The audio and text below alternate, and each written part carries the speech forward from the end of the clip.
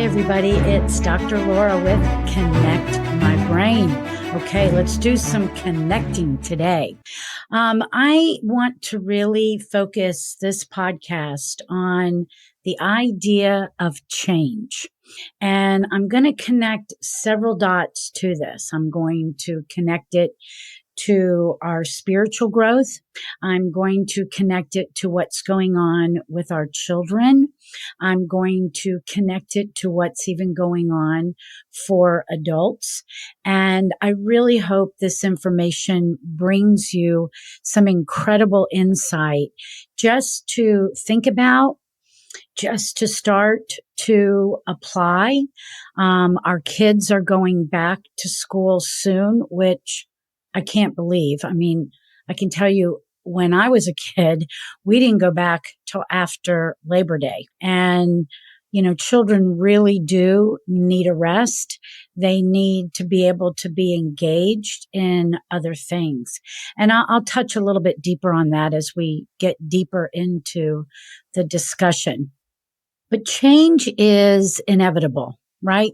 You change from being the egg and sperm that come together, that begin to fold and create all these new characteristics in human life. And then you're born and you change all the way through your life. And as we get older, yeah, things do look different. I can attest to that. We also have change in seasons. We have fall, winter, summer, spring. And depending upon when you're hearing this podcast, it is an incredibly hot summer. So that is also, can our body handle temperature change? Some people prefer cold. I definitely do. Some people prefer this 100-degree weather. And it's all about, can you adapt to that environment? Can you adapt over time to all the changes that go on? When I think about change, I really like to talk a lot about primitive reflexes. And if this is your first time hearing my podcast, a primitive reflex is this automatic movement, stimulus movement thing that goes on primarily in the womb. And it's exactly how different functions come together.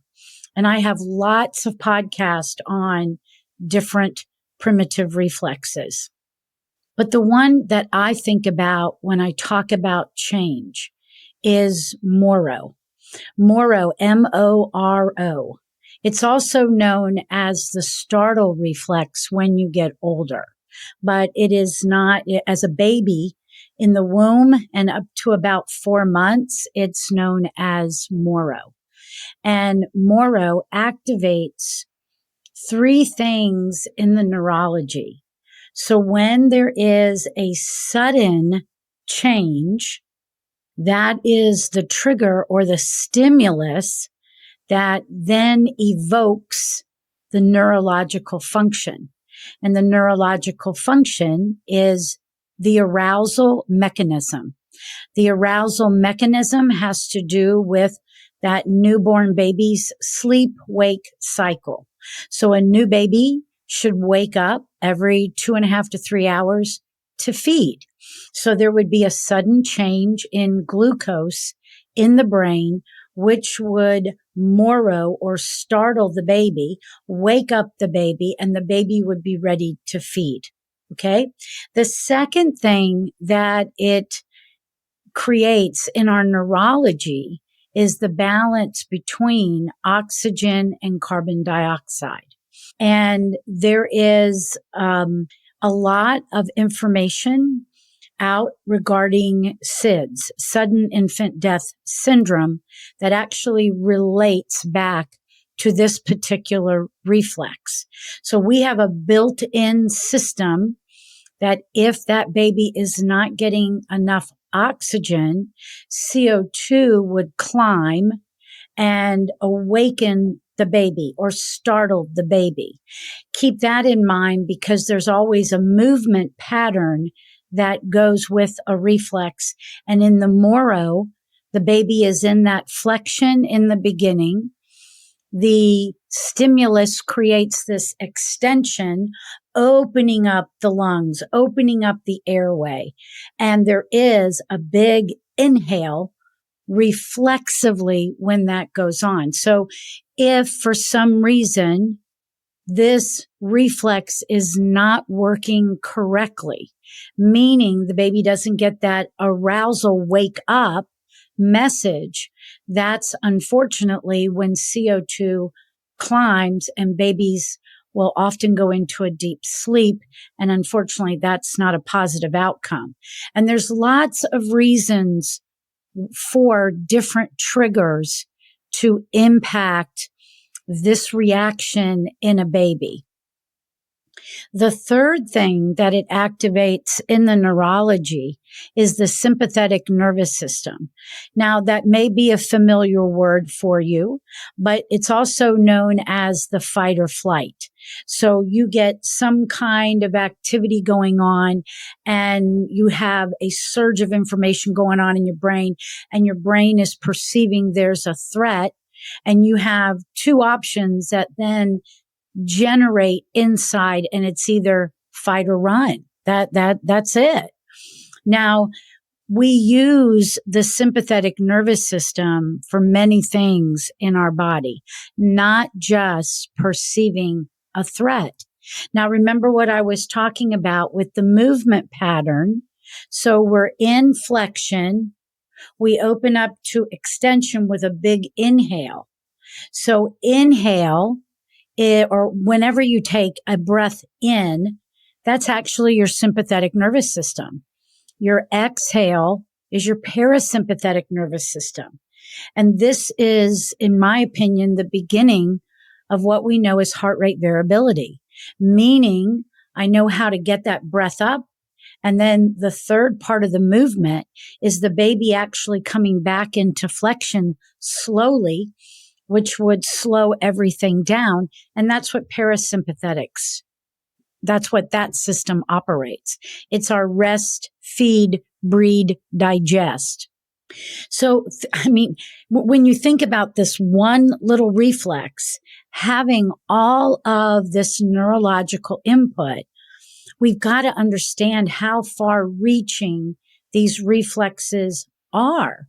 So this reflex actually begins 9 weeks in the womb, and therefore it's a driving force. It comes on after the withdrawal reflexes begin their journey. And there's a podcast on withdrawal reflexes if you want to go deeper. But that's a transition time coming from the 8th to the 9th week of pregnancy. And I'm highlighting these words for you because to me, they have everything to do with change. So the word transition, we transition from fall to winter to spring to summer. We transition from one part of our development to another. We make transitions from morning until nighttime. There are transitions everywhere. Even if we look at how we should feed our body, there is a transition of what's available when we are in the spring, summer months compared to what's available in the fall and in winter. And even if you begin your health journey by looking at something like that I'm going to eat what's actually being produced at this time, rather than things that are being engineered so that we can have beautiful oranges all year long or beautiful apples all year long. I mean, this is part of what is going on with the health of America, of the health of the world, that we want everything all the time. And living like that creates a pattern in our mind. And I'm going to use that simple analogy of how we eat because it's a much bigger picture. If you are eating things the same all year round just because you can go to a store and get them. But are they nutritionally dense? Are they really feeding your body the way you would think they would? Because if things are being made to happen, we're changing the contents of the food. Just like if we use microwaves, when you use a microwave, you are changing the molecular structure of the food that you're eating. And to me, these are some of the basic things that people can begin to do in their own health journey that can make a very far impact. There's actually on YouTube a really good little science project where the kids took regular water, tap water, by the way, and had two containers. One they microwaved, one they didn't. They fed plants with the microwaved water, and that plant died. And it was able to show that there was a molecular change to the water. So the water wasn't feeding the plant like the plant really needs. Okay, so where are we going with just these kinds of concepts?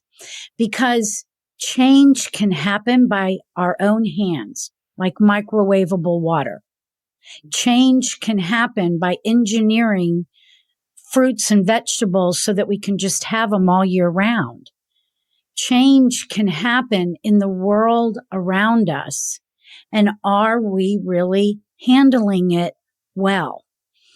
When I look at the number of children that are really missing out on their childhood because of many, many different things. So I thought about attention is always a main issue for parents. And it's probably one of the number one issues that come through our door at Connect My Brain. Another issue, so I'm going to use that one for the brain piece. Another issue is, let's think of mechanical, low tone in the body, not being very physically engaged, even low endurance, which low endurance can also impact being able to pay attention. Now, that's the mechanical one I'm going to highlight. And then the chemistry one that I'm going to highlight is strep infections. So here at Connect My Brain, we have a 3-tier approach. We look at mechanical, body chemistry, and the brain. So when I think about the mechanical part, and I'm going to use low tone and low endurance. So you come into the world, you pretty much just motor around on the ground until you start going through your milestones, and then you start to pull yourself around, then you start to pull yourself up, and eventually you're going to take a step around a year. Now, this is really important because unfortunately, a few years ago, our culture decided to change the developmental milestones. And I think this is a very big red flag. In my opinion, we are normalizing developmental delay because all of them were changed that it would be okay if you did everything later. I have an app. It's a free app. It's called Connect My Brain. And on there, it will go through the different milestones. Right now, we go up to 6 and above, but you can always use this regardless of the age of your child and think about, let's say your child is 12. What did your child do when they were little? If you do have a little one, you'll be able to track what they're doing right now and what they should be doing. And be sure and go over to the website and download Dr. Hansen's Guide to Developmental Milestones. This is a free download. I think it's very important to put this information into the hands of parents so that you do understand what your child should be doing when, because it has everything to do with the 3 topics that I brought up: low tone endurance, strep infections, and attention issues. All 3 of those have something that we can trace back to the beginning. And if these elements are missed, then there's going to be some kind of adaptation. And the adaptation comes at the cost of the child. So when a baby gets here, if I were to take that baby and put my hands under their armpits and put the sole of their foot on a hard surface, we would actually see them step. So the stepping reflex is hardwired into every baby, or it should be. Now, situations like women who have to go to bed for their pregnancy, that they're bedridden, you are not up in gravity. If you are not up in gravity, your baby is not getting even these inputs in the womb when those primitive reflexes are going on. Just like when you feel your baby kick, that is the asymmetrical tonic neck reflex, and it's the beginning of laying down the body map on what's called the parietal lobes of the brain, right smack dab in the middle where the sensory motor cortex is. So it's important that women are upright. Wonder if your baby isn't turning downward. After about 7.5 months, babies' heads should start to go into the birth canal. So even in chiropractic, we have a technique that we are able to help align the pelvis in order to see if the pelvis and the ligaments and muscles of the mom are interfering with the baby getting into the right position. And lots of times I've seen to where we've done this maneuver, the baby goes down, but then the baby pops back up. We do it again, the baby goes down, the baby pops back up. Well, this could be either mom's vestibular system or the baby's vestibular system. And all these elements, they're mechanical. So mechanical input is going to be a huge part in how that brain develops. So that's the mechanical stuff. If kids are delayed or some of these other previous prenatal issues were in the history, it might be why your child is having low tone or low endurance. But let's say the child didn't crawl. Let's say they had an army crawl, but they only moved one side of their body. Wonder if you breastfed and you weren't able to symmetrically breastfeed. And so the baby's one side of the baby's body was always locked down towards you versus being able to use both sides. That would create sensory input. If the child was delayed in walking, that is a huge red flag saying, I'm not adapting to gravity well. If I'm not adapting to gravity well, the input isn't there to help me move on. And there's always a challenge to that physical component. And all of these are leading up to locking a child back into that Moro reflex. Also meaning I can't handle change well. And where I'm going with this is I think we are in an abundance of change that none of us, including the adults, I don't think we have a point of reference for this. But I'll get into that in a minute. Let's talk about the body chemistry. Here at Connect My Brain, we do functional labs. We do a lot of labs that, unfortunately, when somebody has a gut feeling that maybe my child has a problem, they'll go and try to communicate this and nobody will do the lab. We do the labs. One of the most common ones is these kids that have strep infections in their history. And I really don't care if it's just one time. It only takes one infection to cause a problem. And most of the time, what we are doing with this is we're putting an antibiotic into the child. Now, that's fine. You can make any decision for you that's right for your healthcare. This is never about bashing anybody's decision-making thought processes. But the timing of that antibiotic, okay? I've met some kids that had strep back when they were 1. That's when their gut was still maturing. Your gut is still maturing to age 2, your immune system to age 3. So those things that go on during those open windows of development are influencing the brain. And ultimately, we're going to be talking about attention issues. But this strep, it is very intelligent. We have bacteria that look similar. And therefore, when we give an antibiotic, we are actually causing it to run away. And sometimes what's happening is it's actually crossing the blood-brain barrier. And even 5 years ago, I would have people tell me, oh no, nothing ever crosses the blood-brain barrier. And the only one anybody would ever say except was meningitis. Unfortunately, I don't think our brain knows how to go, oh, I'm only allowing the bacteria in for meningitis. All you other bacteria and viruses and fungi and parasites and yeast, you can't get in because I'm going to put up a gate. That's not what's happening.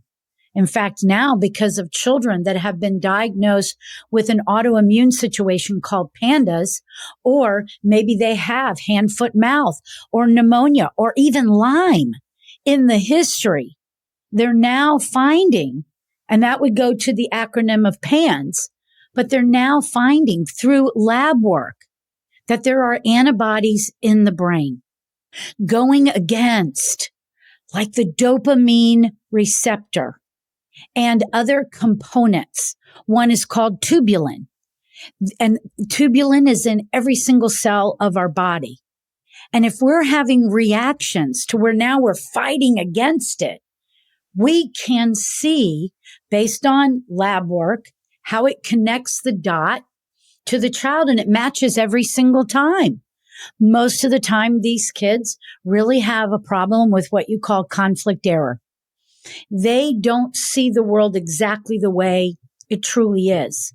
Some of them go very internally personal against themselves. Others do it in community. They push back against everything. And they're very hard, not only on themselves, but everybody around them. They have brain fog. It impacts their personality. It impacts their well-being. And we can measure these things. So if you have a child with any of these kinds of viruses or bacteria in their history, this could be the culprit that's actually impacting their ability to pay attention, their ability to get along, their ability to thrive. Some of these kids are they're so irritated. And I think when I really think about everything that's going on, they're on top of what's going on in their chemistry. They're getting bombarded by things that really nobody knows how to support and help them through. And I don't want to put all these things into, it's not a mental illness. It's literally a body illness that's impacting their brain. Now, I am not a counselor. I am not a psychiatrist, and I am never taking away from any other profession. But I've been doing this for 30 years, and I have seen it firsthand that when children are plagued with inflammation, when children are plagued with things that are fighting against them, it impacts their personality. It impacts their ability to learn and thrive. And when you clean it out, they're running up and giving you hugs, and they're completely different. And I think it's just so important that we look at the whole person, because what ends up happening is whatever is going on, especially during the early years of life. And I'm telling you, there is so much in everybody's history. It is actually impacting their brain. And even you as a mom and dad, if you have things in your history, if you have strep in your history, Epstein-Barr, Lyme, pneumonia, if your mom or dad told you you had hand, foot, mouth when you were a kid, or you had food sensitivities, or what about low cholesterol? Low cholesterol is just as detrimental as high cholesterol. If there's anything, diabetes, if this stuff is going on and you conceive your baby, if this stuff, and it doesn't have to be active infections, if it's in your blueprint, it's impacting the development of your baby's brain in the womb. And they have found this in the population that gets labeled autistic. Something is going on in the brain and it's halting its progress. And what we get is a brain that doesn't know how to prune away excess neurological connections. The long connections are there to the body, but the ones that allow for the higher brain function, the circuits that are going to grow over time. You come into this world, you are in your brainstem. You must go through the developmental milestones to begin to give the feedback to the midbrain and ultimately the higher brain. Babies do not read, write, and do arithmetic when they are babies. They move.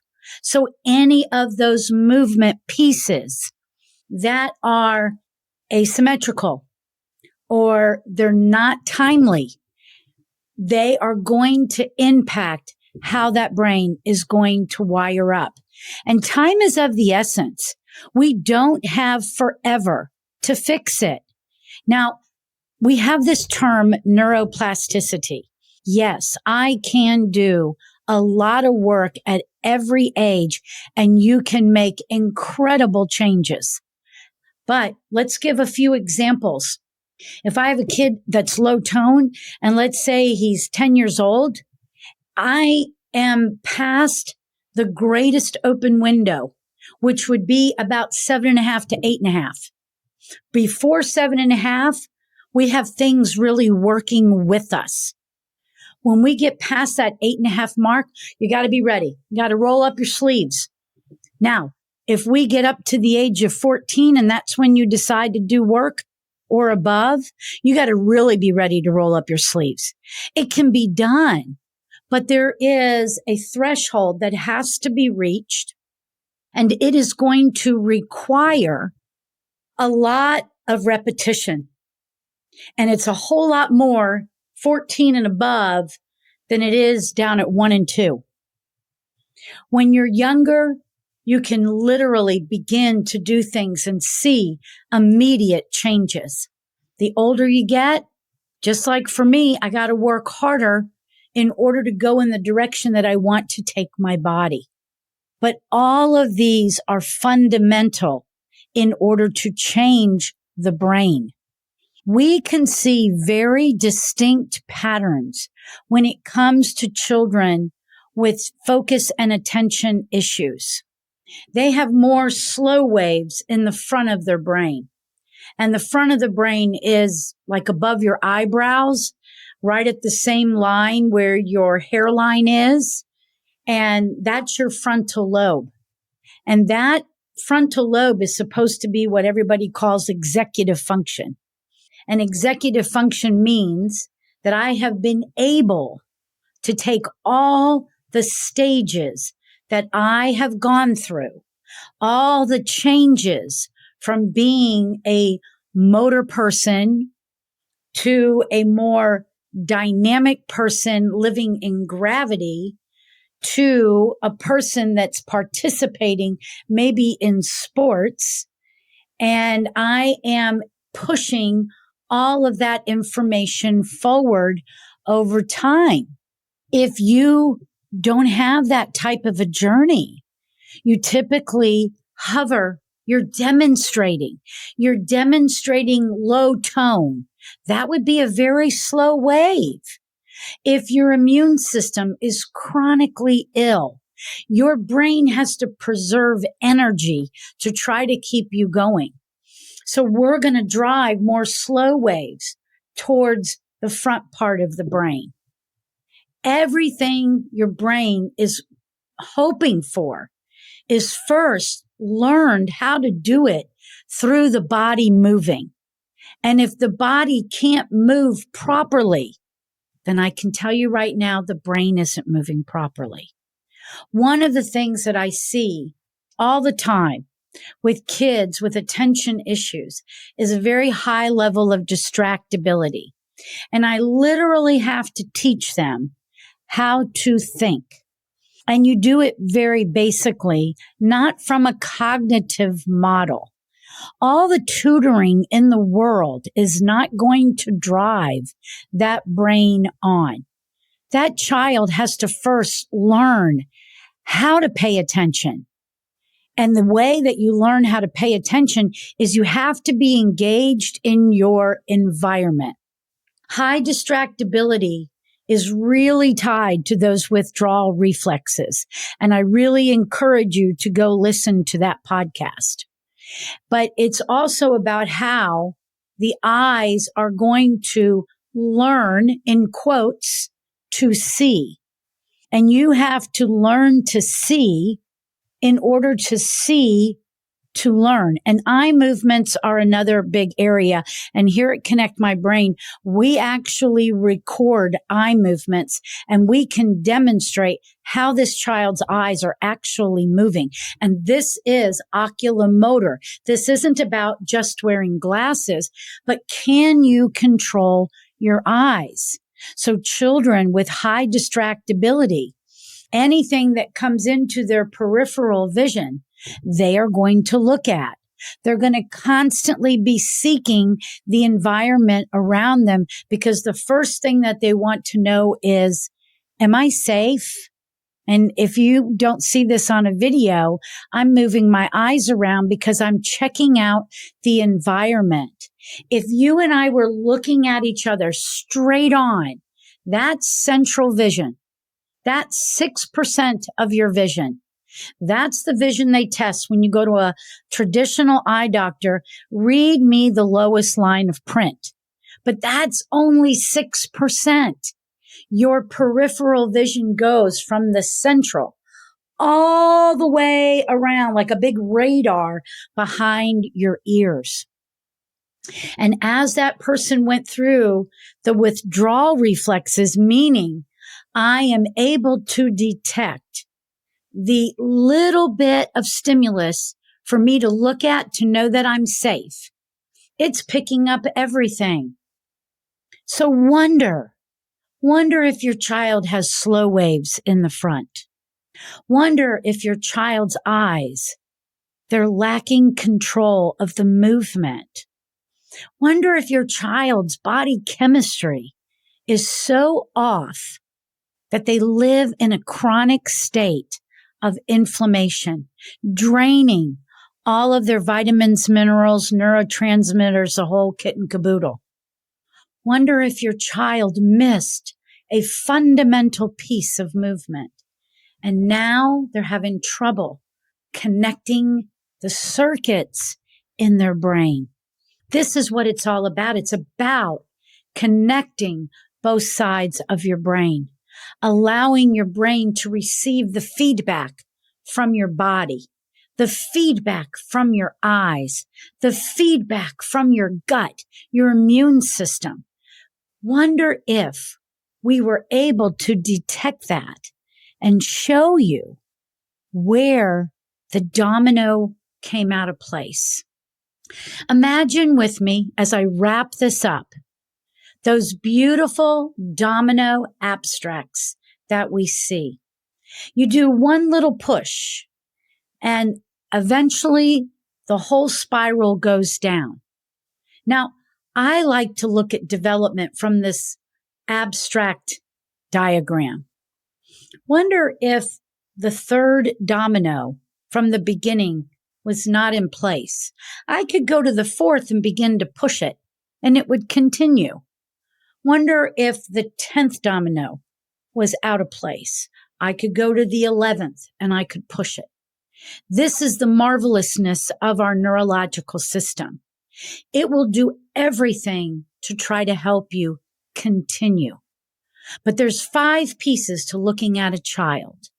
They are gross motor, fine motor, social communication, adaptation.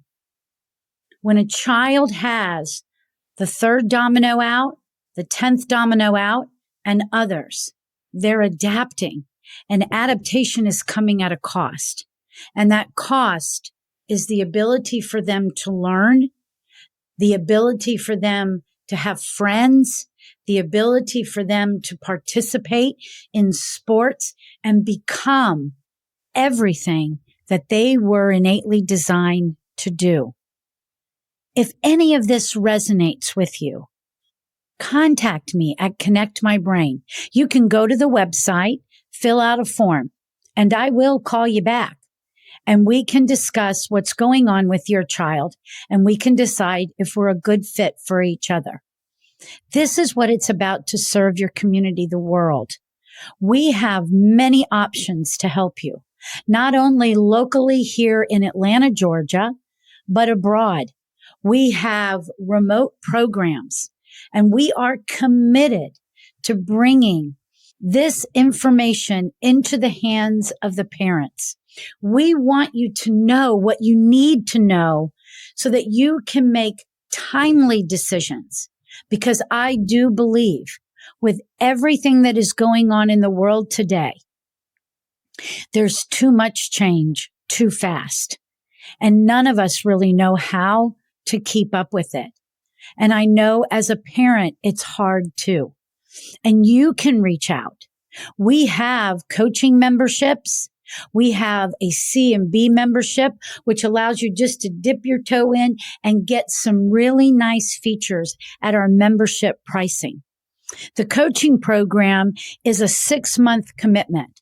And the reason it is a 6-month commitment, because that is the length of our initial program here at the office.